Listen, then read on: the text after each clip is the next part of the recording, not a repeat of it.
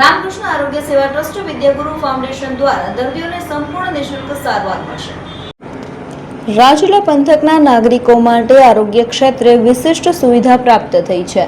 ગુજરાત રાજ્યના મુખ્યમંત્રી ભૂપેન્દ્રભાઈ પટેલના હસ્તે રાજુલા મુકામે મહાત્મા ગાંધી આરોગ્ય મંદિરનું લોકાર્પણ કરવામાં આવ્યું હતું।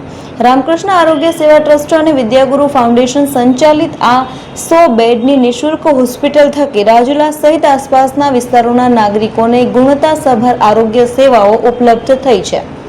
આરોગ્ય મંત્રી પ્રફુલભાઈ પાનસેરિયાની પ્રેરક ઉપસ્થિતિમાં હોસ્પિટલનો શુભારંભ થયો હતો। આધુનિક સુવિધાઓથી સજ્જ આ હોસ્પિટલમાં OPD, pathology, dialysis, gynaecology, surgery સહિત આશરે 10 જેટલી મલ્ટી સ્પેશિયાલિસ્ટ આરોગ્ય સેવાઓ સંપૂર્ણપણે નિઃશુલ્ક ઉપલબ્ધ કરાવવામાં આવશે। આ હોસ્પિટલ શરૂ થતાં રાજુલા પંથકના દર્દીઓને સારવાર માટે દૂર દૂરના શહેરોમાં જવાની જરૂરિયાતમાં નોંધપાત્ર ઘટાડો થશે અને સ્થાનિક સ્તરે જ સમયસર અને ઉત્તમ સારવાર મળી શકશે। આ પ્રસંગે મુખ્યમંત્રીશ્રીએ હોસ્પિટલના ICU, trauma centre, operation theatre, dialysis સહિતની સુવિધાઓનું નિરીક્ષણ કરી અને સેવાઓ વિશે માહિતી પ્રાપ્ત કરી હતી।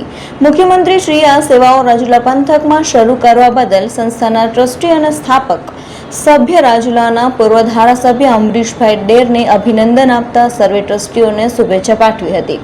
સુપ્રસિદ્ધ કથાકાર મોરારી બાપુની પ્રેરણાથી મૂળ રાજુલાના ઉદ્યોગપતિ સ્વર્ગીય અનિલ કુમાર નંદલાલ મહેતા પરિવાર દ્વારા રામકૃષ્ણ આરોગ્ય સેવા ટ્રસ્ટની શરૂઆત કરવામાં આવી હતી। આ ટ્રસ્ટ દ્વારા વર્ષ 2019માં મહાત્મા ગાંધી આરોગ્ય મંદિરની શરૂઆત કરવામાં આવી હતી। શરૂઆતમાં ઓપીડી અને ડાયાલિસિસ જેવા વિભાગોમાં પ્રતિદિન દરરોજ 100 દર્દીઓની નિઃશુલ્ક સારવાર કરવામાં આવતી હતી, જેના થકી આ યોજનાનો પાયો નખાયો હતો।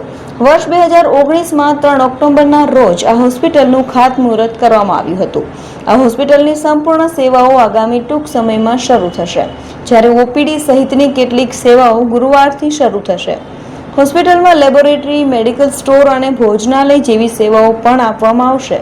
દાતાઓના સહયોગથી નિર્મિત આ હોસ્પિટલ માનવ સેવાના ઉત્તમ સંકલ્પનું પ્રતીક બની રહેશે। રામકૃષ્ણ આરોગ્ય સેવા ટ્રસ્ટ અને વિદ્યાગુરુ ફાઉન્ડેશન દ્વારા આરોગ્ય ક્ષેત્રે કરવામાં આવેલ આ સેવા કાર્યથી આ વિસ્તારના હજારો પરિવારોને સીધો લાભ મળશે। આ પ્રસંગે મુખ્યમંત્રીનું સંસ્થાના ટ્રસ્ટીઓ અમરીશભાઈ ડેર, અજયભાઈ મહેતા, દાતાઓ માયાભાઈ આહિર સહિત રાજુલાના રહેવાસીઓ હોસ્પિટલના પ્રાંગણમાં અભિવાદન કર્યું હતું। આ કાર્યક્રમમાં સાંસદ ભરતભાઈ સુતરિયા, રાજુલા જાફરાબાદ મત વિસ્તારના ધારાસભ્ય હીરાભાઈ સોલંકી, રાજુલા લીલિયા મત વિસ્તારના ધારાસભ્ય મહેશભાઈ કસવાળા, ઇન્ચાર્જ જિલ્લા વિકાસ અધિકારી જાડેજા, એએસપી જયવીર ગઢવી, સ્થાનિક અગ્રણીઓ, તબીબી તેમજ હોસ્પિટલના કર્મયોગીઓ ઉપસ્થિત રહ્યા હતા।